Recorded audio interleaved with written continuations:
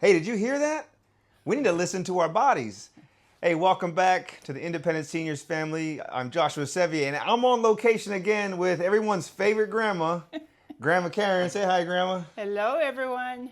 All right. Hey, I'm back with Grandma Karen, and today we're talking about listening to our bodies because our bodies are trying to tell us something most of the time, right? Most of the time.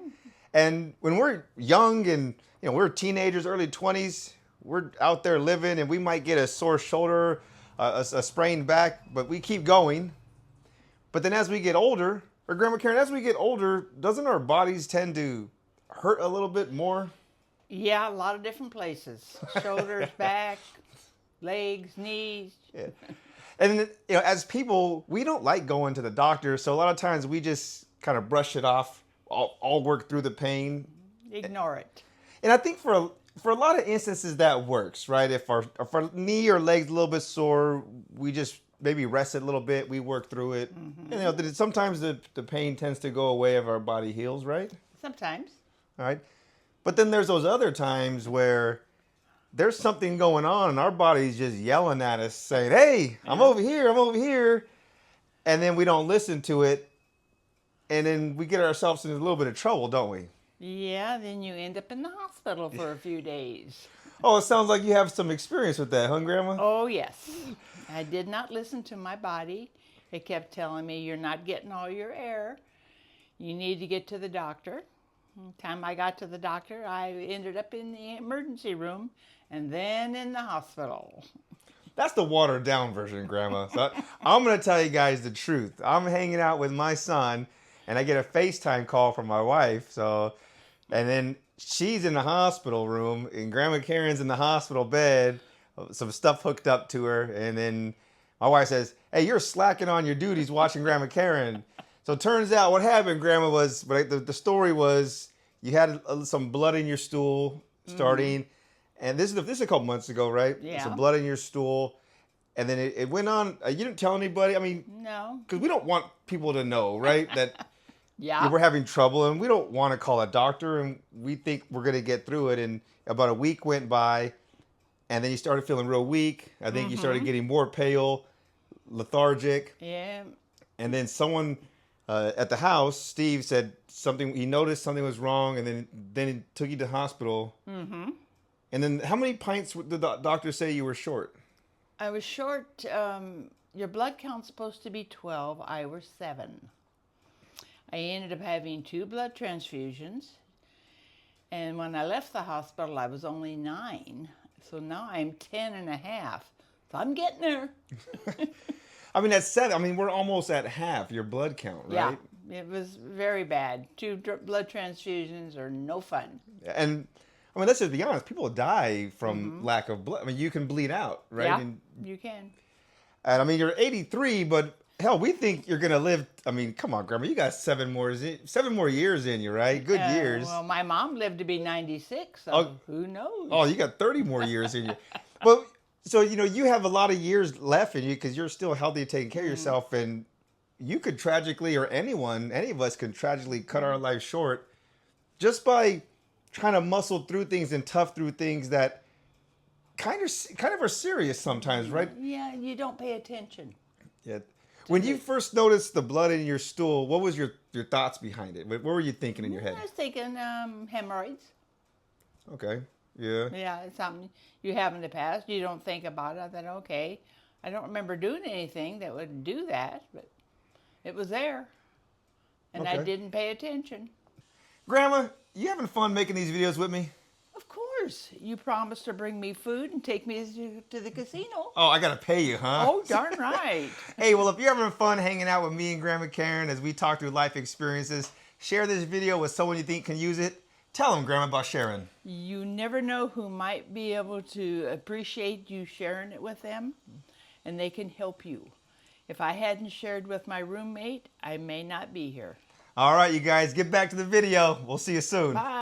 And a lot of our viewers they've probably gone through something similar, and we all kind of think the same way. I don't want to tell people my medical business. I want to go to the doctors. So what was kind of going through your head when, thoughts about should I tell somebody or thoughts about should I call the doctor? What was your mindset during that time? I didn't think to do anything, to tell anybody or call a doctor. I just was going to roll with it and figured partly with age. Well, you are 83. That's pretty true. old, Grandma. Yeah, wait a minute. And so Grandma spent a couple days, 2 or 3 days in the hospital? 3 days, And 2 blood transfusions. Yeah, and we got her back, and I mean, you were still pretty worn out. Yeah. For a few weeks after. Oh yeah, still not real good yet, but I got a little more iron to get back in my body.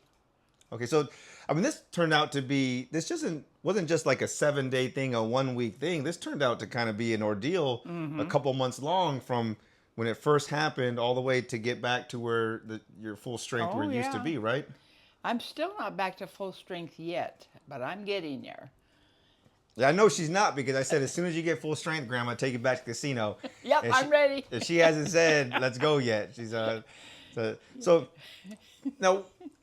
What do you want to tell people that maybe going through something that don't want to tell their family, because we don't want our family to worry about us, because sometimes they make a big fuss. Yeah. Or we're scared to go to the doctor because we don't want to get bad news. That's another thing. So what do you tell someone that doesn't want to tell their family because they don't want their family to fuss about it? Well, you don't want to tell the family because you think they'll make you do something you don't want to do. But it may be in your best interest to tell the family and let them, just like my roommate here told me, he says, you need to go to the emergency room. You do not look good. You're whiter than you usually are. But don't be afraid to tell them, because they're there to help you. And hopefully they can get you help before anything bad happens. Yeah, because there's a point, probably like the recovery point. Oh, yeah. Right? We want to make sure we get some help before we get too far past the point of recovery. And along the same lines, what do you want to tell people that don't want to go to the doctor because they're fearful of that bad news, right? It could be bad news, but also will give you an option to take care of it. Maybe there's a treatment that you don't know about that the doctors would know. So it may be bad news, but there's also could be good news that they could help you. Yeah, there could be good news. And again, it's just, we don't want to wait too long, because there's a certain point where it makes it more difficult for us to recover from. Especially as I think we get older, our recovery time is probably a little bit longer. It is longer. If I had waited longer, I would have lost more blood, and no telling if I'd even been able to tell them I wasn't feeling good. I probably would have passed out. And then you're definitely going to the emergency room, if not farther. Yeah, now they got to figure out what's wrong with you and pose you having to tell. Grandma, I'd be so mad at you if you died because you didn't want to go to the doctor. What's wrong with you? So, nothing yet. I haven't got to the casino yet. So, hey, you guys, if we take home something today, take home that we need to listen to our bodies. They're always telling us, right? We feel pain. Pain is an important feeling because it tells us when something is wrong, or we got to notice when our body is doing something that it's not used to doing. And start with a trusted friend. I think instead of keeping it to ourselves, start with a trusted friend, someone that we know might give us a day or two to feel things out. Could be, yeah. But then also let us know, like, hey, you need to do something about that. Yeah, I was told that. Yeah. So start with a trusted friend if you have something going on, your body's not feeling right, and then ask their advice. See what, if a couple of days gone by, maybe reach out to a doctor, a nurse advice line, make an appointment with your doctor.